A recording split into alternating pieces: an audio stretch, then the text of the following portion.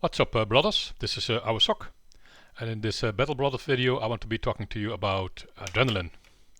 So let's start first with a question. Do you use adrenaline on your brothers?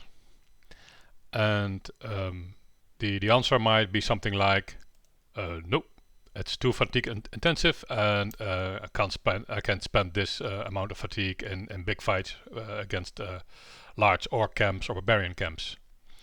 Or you might say something like, no, I don't use it because against a range of enemies like the undead or orc warriors, it doesn't do anything because they already have very low initiative and I will be acting before them anyway.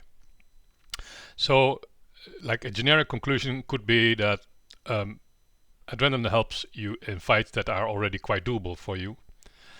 And it is kind of a win more perk, so it helps making easy fights easier, but it doesn't help you enough with the really difficult fights. And I kind of agree with this statement, this assessment, but this is basically true for your endgame brothers. And in my opinion, there's like three types of brothers, three tiers. So the tier 1 brother is the follow row. Total crap, cannot attack, cannot defend, cannot become a banner, not usable, and you want this brother to die as soon as possible, or you are going to dismiss him immediately. And it's a brother that just not going to be very useful for you. It's going to be maybe do some minor skiting, so distracting the opponent. Maybe it can give you a surround bonus here and there. Maybe it can tank a single hit, but basically they are not going to be around until level 2.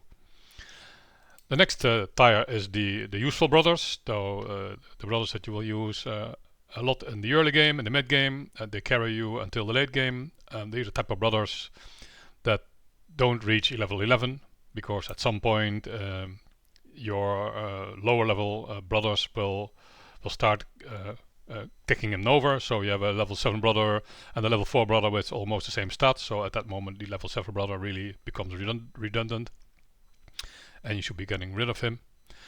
And this is the type of brothers that you will never give student, simply because you don't expect them to become level 11.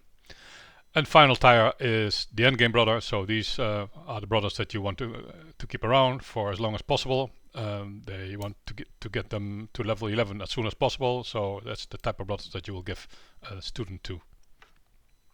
So as we have like already said in the first part of the video, you don't like adrenaline very much on the endgame brothers.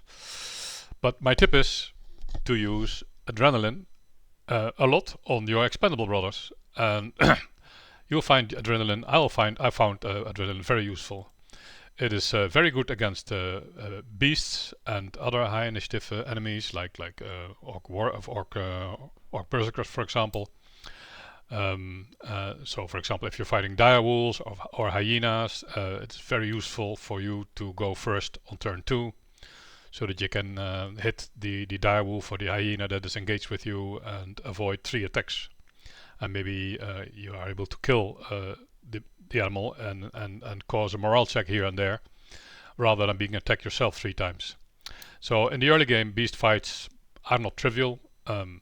Sometimes you might even avoid like a roaming group of hyenas or direwolves because you don't want to lose a brother to them.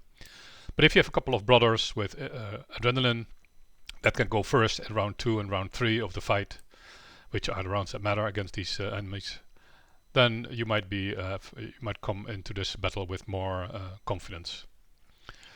Adrenaline is very good at attacking, jumping at dangerous opponents. For example, if you attack for the first time a caravan, a supply caravan with a couple of nobles, like something like the typical 2 billmen and 4 footmen, then billmen are really dangerous opponents for your level 4, level 5 or level 6 brothers. You really don't want to be hit by a billhook. So that's a good opponent to run to, have adrenaline, and then be the first one to hit twice in the next round, or to hit at least or once, depending if you have a two-handed weapon, before the billman can hit you.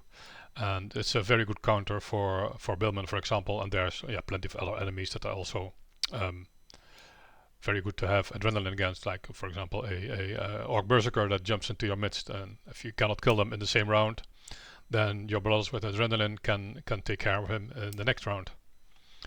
So dangerous opponents are much easier to approach with adrenaline. Ranged enemies can be annoying. There is some phase in the game where you haven't figured out exactly to consistently beat raiders, and the marksmen are doing some damage with their tier 2 ranged weapons, or the hunting bow or the normal crossbow. And adrenaline helps you to get these ranged enemies in your area of control, so they have to switch to their shitty melee weapon and basically nullify their existence. And it helps positioning, so everybody knows that if you have a team of mixed expendable brothers and endgame brothers, then you want your expendable brothers to take the risky positions and play a little bit more safe with your endgame brothers, as you want them to reach level 11 without any kind of injuries. So adrenaline is very good at this. It will be much easier for you to be aggressive with your expendable brothers and get them into the dangerous positions and have them take the lead. So for me, I like adrenaline a lot in the early and the mid game on these kind of brothers, and the perk road I take is something like first Colossus, then Gifted, then I take adrenaline, then fast adaptation. Not sure about the order really, but usually when my brother reaches level 5, my expendable brother, they will have these 4 perks in the order that I got them. So it depends on the situation. Maybe you want to have adrenaline before Gifted, or fast adaptation before adrenaline, or whatever. Whatever it is that you want to fix first in this brother. Adrenaline is not for all your brothers, obviously. It requires a decent amount of fatigue, so you need to be able to spare that fatigue to just spend 20 fatigue to go first in the next round. It competes with dodge. High initiative brothers, they will get dodge for the initial 10 to 15% of melee defense and range defense. And dodge and adrenaline don't go very well together. Every time you cast adrenaline, that's 3 melee and range defense less for your brother. So you're just reducing the effect of dodge when you have adrenaline on the same row. So that generally is not a good idea. And tanky brothers, they're probably better off getting something like Shield Expert and increase their tankiness rather than making them more aggressive with adrenaline. So pretty good backgrounds for adrenaline are the high fatigue backgrounds like you've listed here. And I've been using adrenaline a decent lot in the early and the mid game. I'm very happy how it works. It makes my fights easier.